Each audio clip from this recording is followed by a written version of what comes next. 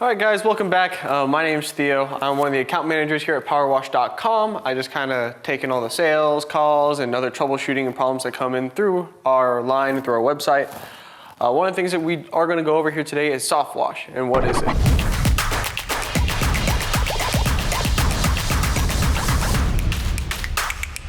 One of the questions I get quite a lot while on the phones here is about this specific topic. So we're gonna kind of go over a few different areas about it. What is it? Why would you even soft wash in the first place? And different ways of going about and doing it. So the first point is, what is soft wash? A lot of people have different opinions or ideas of what this really is, but all it really is using low pressure to wash, and relying more on chemicals than you do on pressure, which is kind of counterintuitive to the standard pressure washing. So why would you soft wash in the first place? One of the biggest reasons would be pressure. Sometimes pressure is a little bit too much for what you're doing, whether it be houses, roofs, gutters. Some of the things that it would just use in a standard pressure one, you would just blast everything to bits and pieces. For example, if you were using a 3,500 PSI machine at 8 gallons a minute on a siding of a house, you would strip the paint right off that wood. And that's not really good for you or the homeowner, and it'll cause a lot of issues altogether. So one of the great things about soft washing is you're just using the water to apply chemical on the house or rinse off the chemical that you've already applied. Also, when using pressure on these houses to clean off some of this organic material like algae or lichens or other things of the like, it can very easily grow back because you didn't really kill it, you just knocked off what you saw. A lot of these things like lichens grow roots underneath, like into the shingles and other parts, and become very difficult to remove. So with soft washing, you're able to apply chemicals at a very high and strong percentage, like bleach, to really kill and deteriorate these organic materials so that way they can fall off and die, and then that way the place can stay clean for longer periods of time.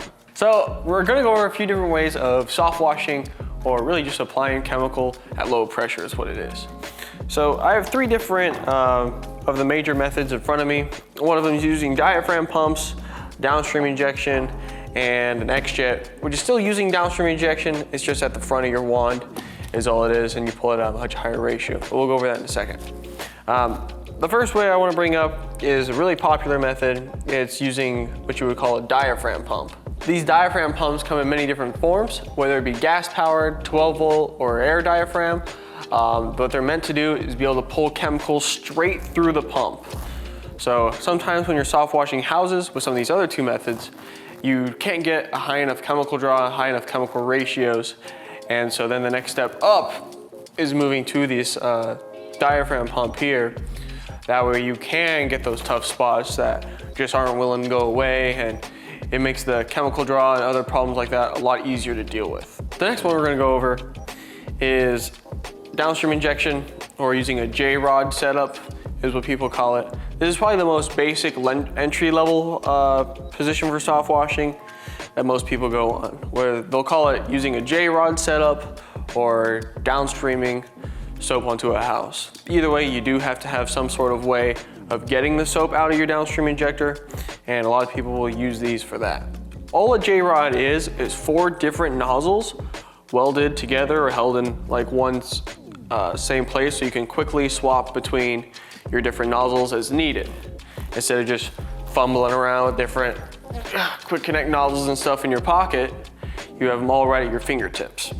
So standard for a pressure washer, you're gonna have 4 different style of tips. You're gonna have 2 soap tips, and you're also gonna have 2 rinse tips. You're gonna have your high soaps, which are gonna be your 0 degrees, and then you're gonna have your low soaps, which can be anywhere from like 25, 40, or even 65 in some cases. 2 of the tips are gonna be larger orifice, so they can actually pull that soap through the downstream injector up through the tips. The ones with the smaller orifice are meant to be just small enough that way it cuts off the downstream injector, but then you can still rinse the soap off the roof a lot easier. Now, it may be inexpensive and fairly easy to start up with, but there are a few drawbacks. You can only really use 100 feet of hose, and when you're switching from soap to rinse, you do have to clear out all that hose whenever you're rinsing.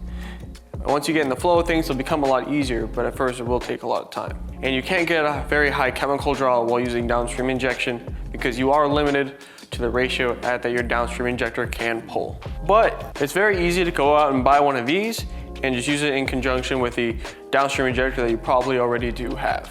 The next step up would be using something like an XJet. So what these XJets are good for is pulling chemical at high ratios. It's a very good entry-level thing to do with pressure washing, and it's fairly inexpensive, especially when it comes to these 12-volt or other diaphragm systems. Can go anywhere from, you know, $300 for the pump to $4,000 for a whole system. While this right here is about 150 bucks. So if you notice, there's a few different pieces in front of me. You've got the hose and tubing and the XJet nozzle itself. So sometimes it's a little bit of a hard concept for some people to grab, but it's fairly simple once you get used to it, once you understand how it works.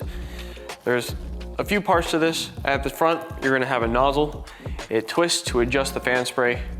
Twist it one way to close it up, twist the other way to open it.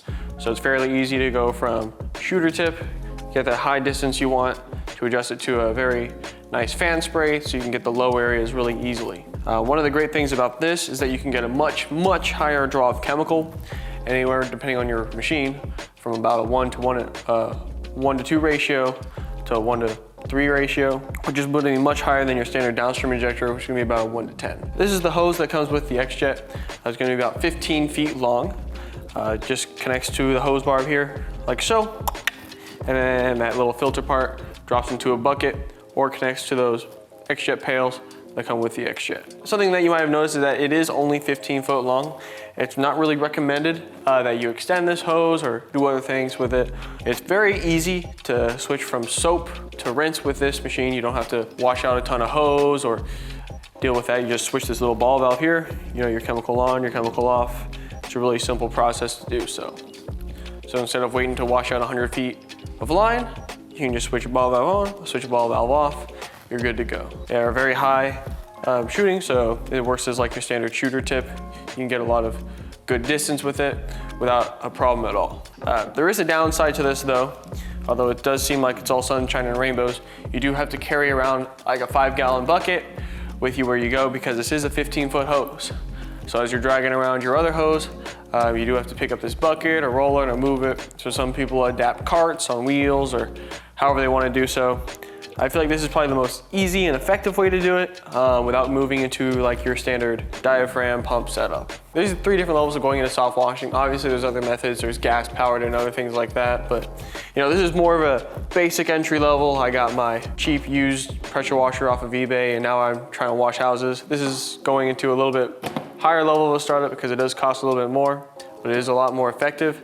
And this is going to be even more effective than this one over here, but does cost quite a bit more for that and setup and hoses and all the other additional fittings and such to get that running. All right guys, so I hope I was able to answer that question for you today about what is soft washing. Please feel free to tell us what your favorite method of soft washing is, whether it be, you know, downstream injection or using XJet or diaphragm pumps or however that is. If you guys have any more comments and questions, please feel free to leave them down below. We're more than happy to help you out with what we can here at Powerwash.com. Also, please like and press the little bell button on the bottom there for notifications so that you can learn about more videos like this that we do for you guys. All right, that's it for this video. We appreciate you guys tuning in and we really hope to see you in the next one. All right, that's it for this video. We appreciate you.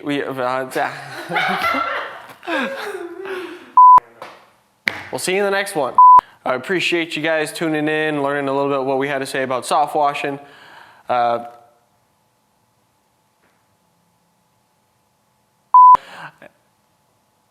that's about it. That's all I got. Bye. I love you, Mom. All right, guys. So I think that's it for us here today.